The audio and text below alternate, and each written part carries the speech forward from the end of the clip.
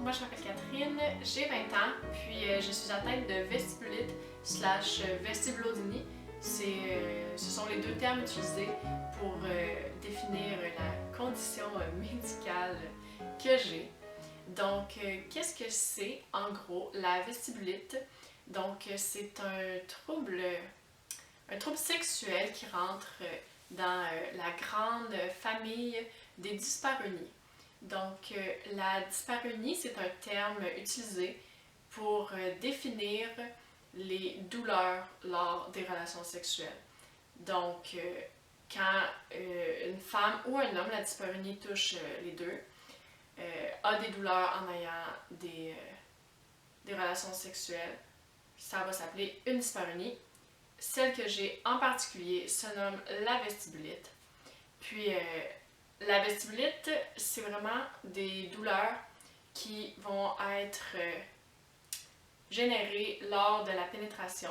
Donc, pour vous expliquer un peu mieux, disons, l'anatomie et où sont localisées les douleurs, disons qu'on a ici une vulve, on va dire. Puis ici, le trou, ce serait comme l'orifice, l'entrée du vagin. Ben, il y a une section de peau juste en bas, là, en bas de l'orifice. La section juste là, je sais pas si vous voyez bien, là, se nomme le vestibule. Puis dans le cas d'une vestibulite, c'est la zone de peau qui va être douloureuse. Donc, lorsqu'il y a pénétration, que ce soit par un doigt, un tampon, un pénis, un sextoy, peu importe ce qui rentre là, vu que ça frotte, ça fait des douleurs. Puis, il y a comme plusieurs types de douleurs qui peuvent être associées. Ça peut être des douleurs de brûlure, d'étirement. Dans mon cas, c'est vraiment comme une brûlure. Aussi, un peu comme des couteaux qui poignarderaient ou une corde. Tu sais, quand on tire après une corde puis que ça nous râpe la main, là, ben, c'est vraiment ce genre de douleur-là que j'ai. Puis j'ai commencé à avoir des douleurs il y a 3 ans et demi.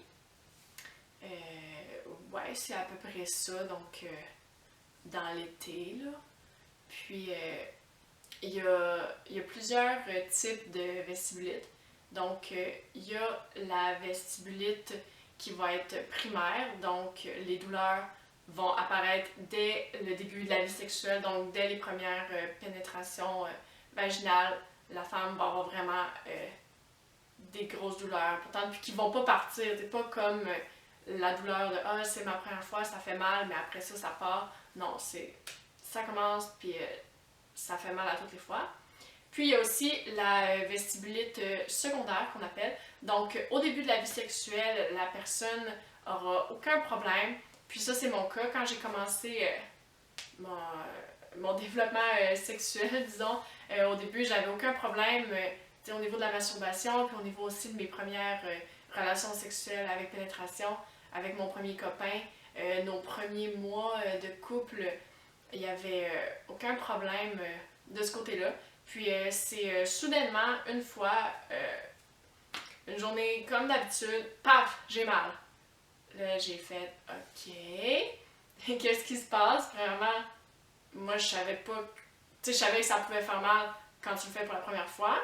Là, je l'avais déjà fait plusieurs fois, fait que je me suis dit « OK, peut-être que je vais être dans ma semaine bientôt. » Ça, c'était ma première hypothèse.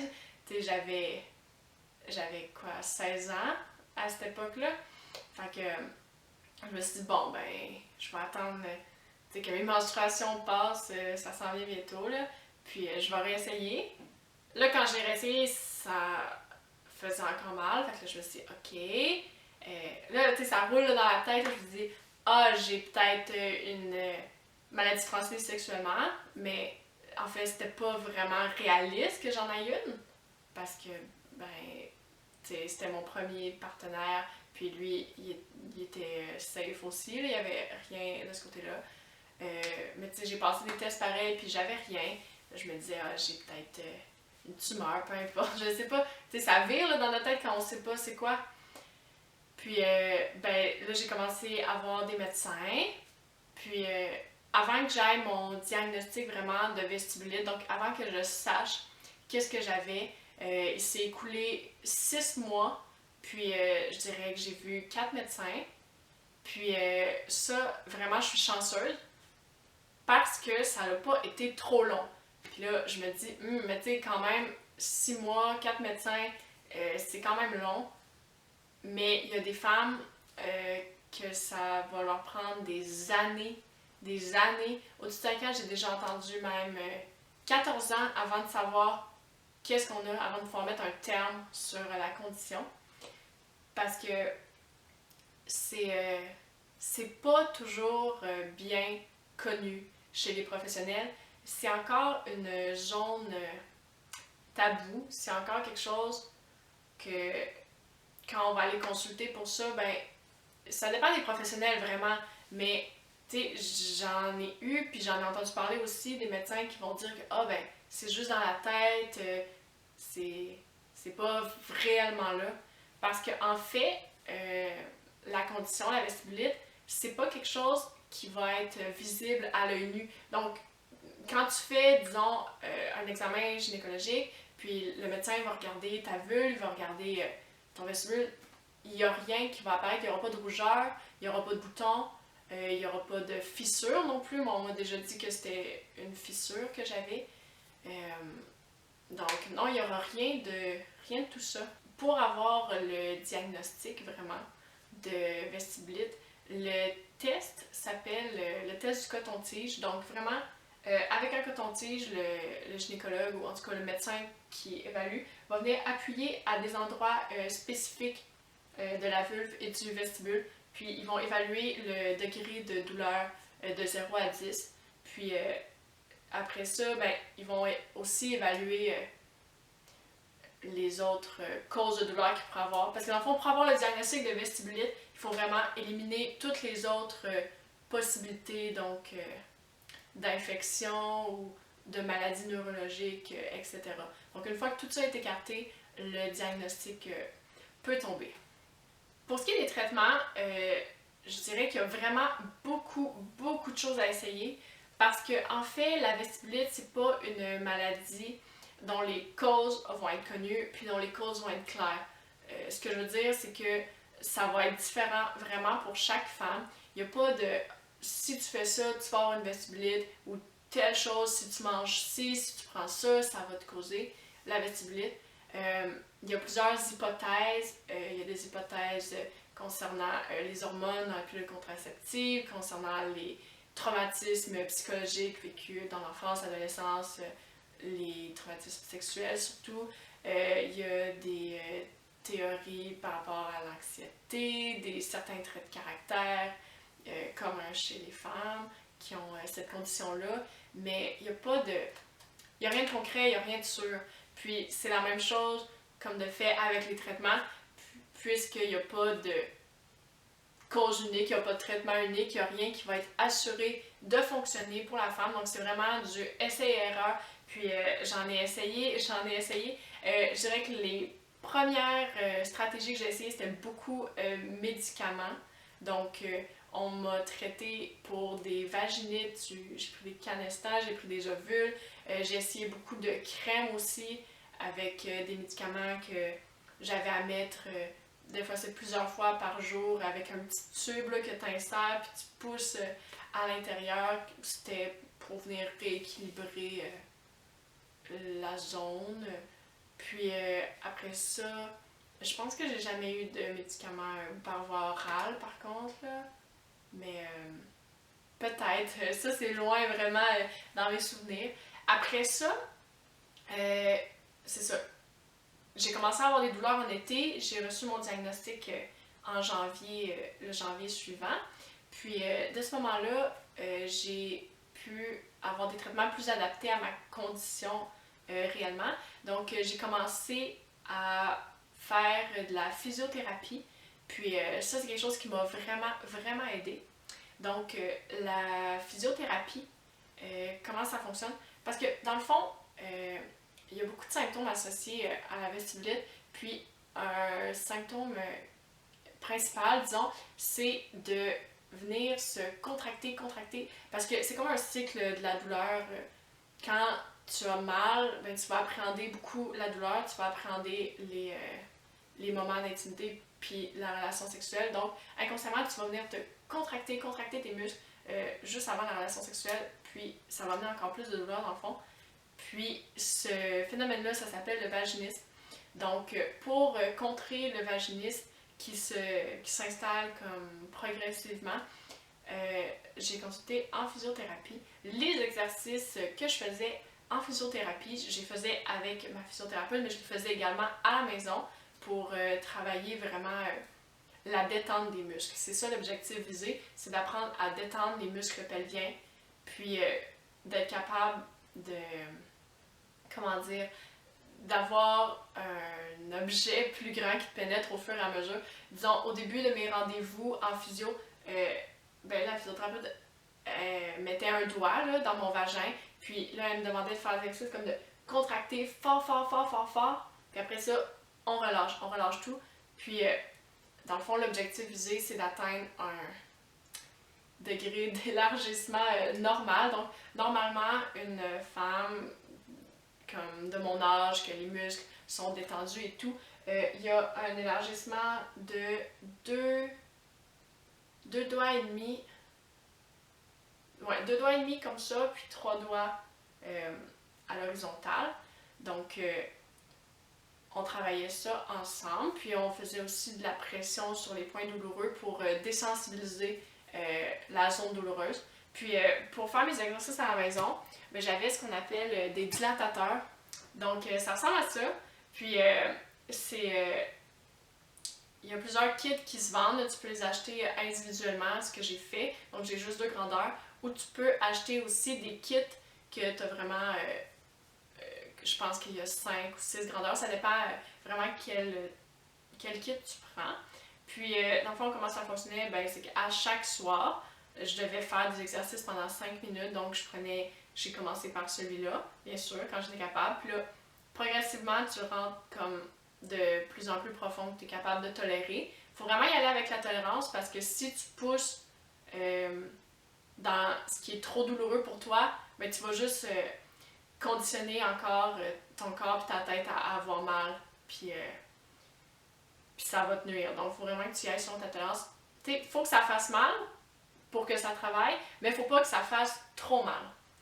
Donc, voilà. Donc, j'ai commencé par celui-là. Puis après ça, graduellement, au fil des séances, je me suis rendue à celui-là. Donc, il y en existe des plus gros. J'ai pas continué dans cette lignée parce que, bien, c'est quand même dispendieux c'est quand même dispendieux, exactement. Puis, j'ai pas poursuivi non plus dans la physiothérapie. Là, ça fait un bon bout que j'ai arrêté d'en faire. Puis, après ça, pour les autres exercices, ben, j'ai aussi cette balle-là. Dans le fond, c'était un autre exercice que j'avais à faire en physio pour venir comme rééquilibrer mon bassin. Fallait que je m'assoie, dans le fond, sur cette balle-là. Je la mettais sur une chaise, je m'assoyais dessus, puis ça venait travailler vraiment ma posture. Donc, c'est vraiment quelque chose qui est multidisciplinaire. Tu vas travailler pas juste sur la zone douloureuse, tu vas travailler sur tout ce qu'il y a autour, les muscles, ta posture, ta manière d'être. J'ai consulté plusieurs professionnels. J'ai fait de l'acupuncture aussi, j'ai vu une kinésithérapeute. Après ça, au niveau plus psychologique, j'ai consulté en sexothérapie, j'ai consulté en psychologie pour venir défaire tous les impacts négatifs que ça peut avoir dans le fond. Après ça, pour ce qui est des stratégies que tu peux utiliser pour mieux vivre avec la vestibulite, donc c'est sûr qu'il y a plusieurs choses que tu peux faire pour rendre la chose un peu moins pénible. Donc, pour ce qui est de la vie de tous les jours, ce qui peut aider, c'est de mettre des sous-vêtements en coton, ça va être moins irritant. Utiliser des savons non parfumés pour laver les vêtements, pour se laver le corps aussi. Ça va venir réduire les risques d'irritation puis tout. Après ça, il y a tout le côté physique. Donc, qu'est-ce que tu fais pour prendre soin de la zone, disons.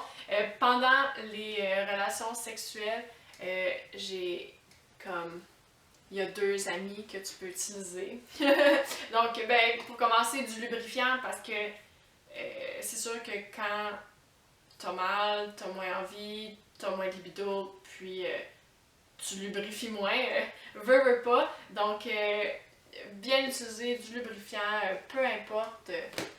Moi, j'ai pris la moins chère à la pharmacie, mais c'est sûr que c'est un achat très pertinent. Puis sinon, j'ai aussi une crème spéciale qui s'appelle de la xylocaïne.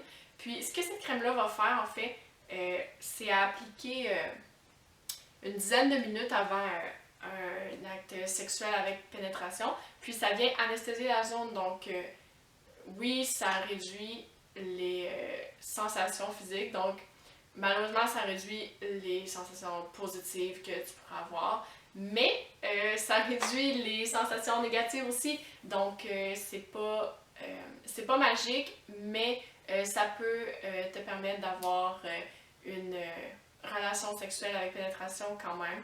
Puis ça peut dépendre des femmes, mais pour moi, c'est vraiment quelque chose que j'ai apprécié parce que des fois, c'est pas tant le plaisir physique durant l'acte que tu recherches parce que ça, c'est comme un processus de deuil que j'ai fait quand même, mais d'être capable juste de faire l'acte puis d'aller rechercher cette connexion mentale, puis cette intimité avec un partenaire, puis d'être capable de le faire sans pleurer de douleur, parce que moi c'était ça au début, là, ça s'est vraiment amélioré, mais quand j'ai commencé à avoir mes douleurs, c'était complètement impossible pour moi d'avoir une relation sexuelle, puis quand j'essayais, c'était, ma foi, c'était désastreux, là, tu sais, j'en pleurais, puis même j'en avais mal pendant au moins 30 minutes après l'acte sexuel, donc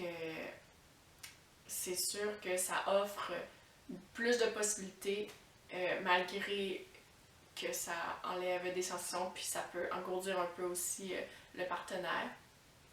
Mais c'est sûr que c'est quelque chose qui coupe la spontanéité, parce que il faut te dire, ah ben là, attends peu, je vais mettre ma petite crème, puis ah ben là, on va attendre 10 minutes, puis ça peut couper une ambiance, mais avec un partenaire compréhensif, ça se fait bien, puis c'est ce que j'avais à l'époque.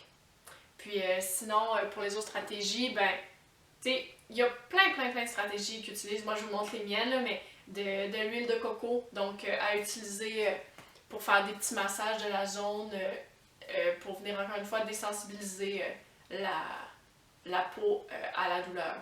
Puis, c'est pas mal ça pour les stratégies que j'ai utilisées. Puis, si on parlait maintenant des conséquences que ça peut apporter, ben, c'est sûr, moi, quand je parle de ça, j'aime bien séparer en 3 catégories. Donc, il y a des conséquences physiques, des conséquences psychologiques, puis des conséquences sociales. Physiquement, les conséquences que ça a eu, bien sûr, j'ai développé du vaginisme, donc mes muscles se contractaient tout seul. Ensuite, ben, il y a, comme j'expliquais plus tôt, le manque de lubrification. C'est plus difficile de lubrifier, c'est plus difficile d'être excité. Ça va de soi, là, étant donné les douleurs. Après ça, c'est devenu plus périlleux pour moi de mettre des tampons, alors que j'avais jamais eu de problème avec ça. Je suis quand même capable d'en mettre. Je sais que pour certaines femmes, c'est impossible, mais c'était quand même périlleux pendant une certaine période, donc j'allais plus vers les serviettes. Puis sinon, pour le vélo, moi j'étais une fille qui faisait énormément de vélo quand la maladie s'est déclarée. J'avais passé mon été à faire du vélo, puis là, tout d'un coup, je tolérais plus de faire du vélo en fait. Puis là maintenant, je suis capable, mais ça a comme coupé mon élan de vélo vraiment. Puis sinon, pour les conséquences psychologiques, ben, c'est une maladie qui est quand même lourde à porter, qui va amener beaucoup de tristesse, d'anxiété. Pour ma part, j'ai ressenti énormément de culpabilité, surtout par rapport à mon partenaire, de ne pas pouvoir le satisfaire, disons, de ne pas pouvoir avoir une relation sexuelle normale avec lui. C'est normal, on s'entend que c'est un gros travail psychologique de se défaire de se défaire de tout ce qu'on connaît dans le fond, parce que pour moi, dans ma tête, le sexe c'était ok, un pénis, un vagin, puis une pénétration. Bon là je vulgarise, là, c'était pas juste ça, mais quand même, pour moi, une relation hétérosexuelle normale, c'était la pénétration, puis s'il n'y avait pas ça, ben c'était pas du sexe, ça en valait pas la peine, mais c'est vraiment quelque chose à déconstruire, puis que j'ai comme pas vraiment eu le choix de faire, là. Je me suis dit, là, il va falloir que je trouve d'autres moyens de vivre ma sexualité quand même, parce que, tu sais, je suis pas un être dénué d'envie sexuelle, tu sais, je suis pas asexuelle, donc j'étais pas bien dans cette relation-là avec moins de contact sexuel, disons, là. Donc, vraiment, ça, c'était... Tu sais, c'est difficile à gérer avec un partenaire aussi, puis là, je déborde plus dans les conséquences sociales, mais c'est quelque chose qui va amener beaucoup de tension dans un couple. Je dirais que c'est par phase. Quand j'ai commencé à avoir la maladie, c'était beaucoup plus difficile pour mon partenaire d'accepter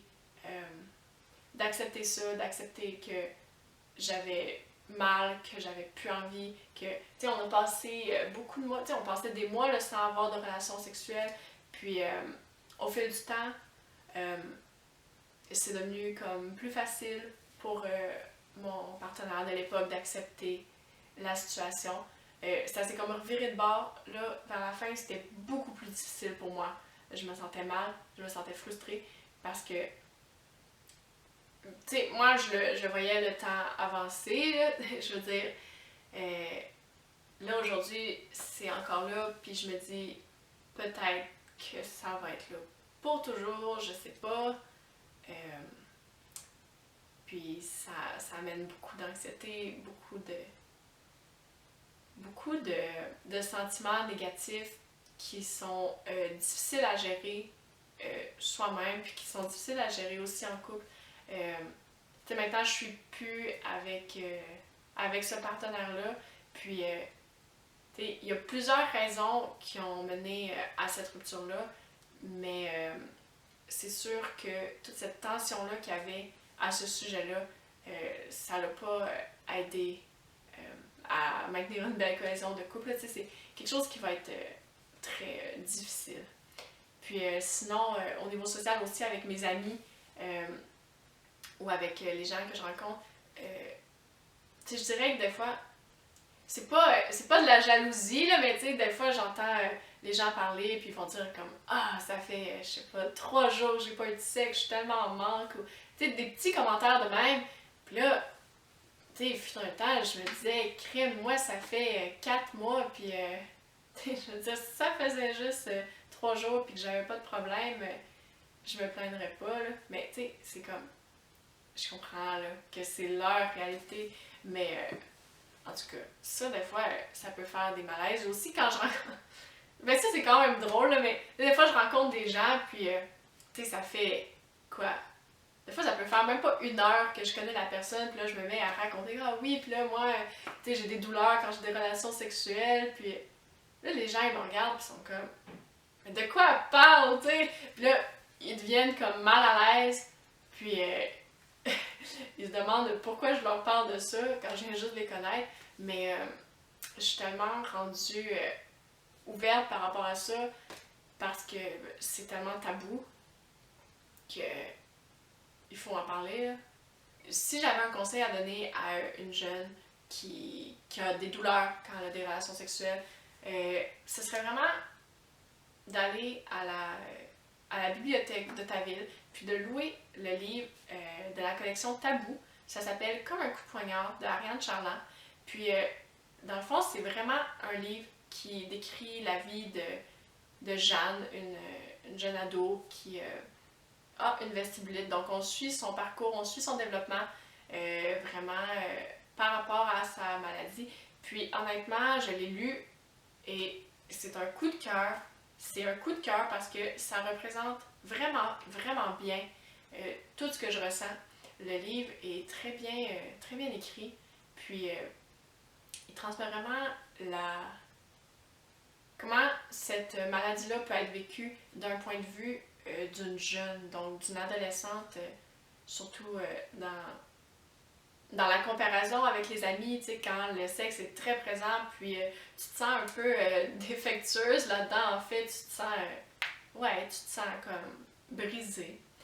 Puis sinon, un dernier conseil que je donnerais, si tu as des douleurs, puis petite parenthèse, là, c'est très possible que tu aies des douleurs parce que c'est une femme sur 5 qui va avoir des douleurs sexuelles au cours de sa vie.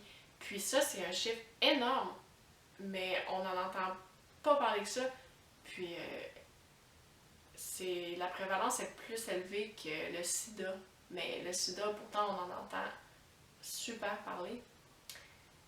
Puis c'est ça, donc un conseil que je donnerais si tu as des douleurs, c'est vraiment de respecter tes limites, de respecter ton corps.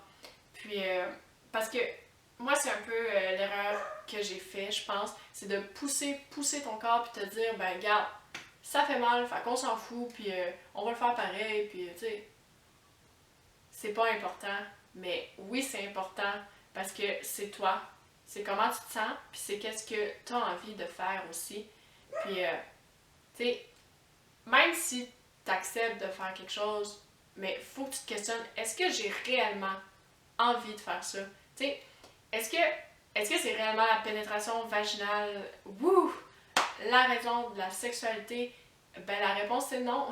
Il y a plein d'alternatives, puis c'est vraiment un monde à explorer. Puis si tu as la chance aussi d'avoir un partenaire qui est prêt à mettre les efforts puis à explorer ça avec toi, ben c'est merveilleux. Puis tu sais, c'est grâce à ça que j'ai appris à me connaître davantage, puis à mieux accepter ma sexualité, disons, atypique. Donc, pas, pas selon les normes conventionnelles de pénétration et c'est fini. Non, il y a plein de choses à explorer, puis lâche pas. Je sais que c'est difficile, c'est lourd à porter, mais tu vas voir le bout un jour.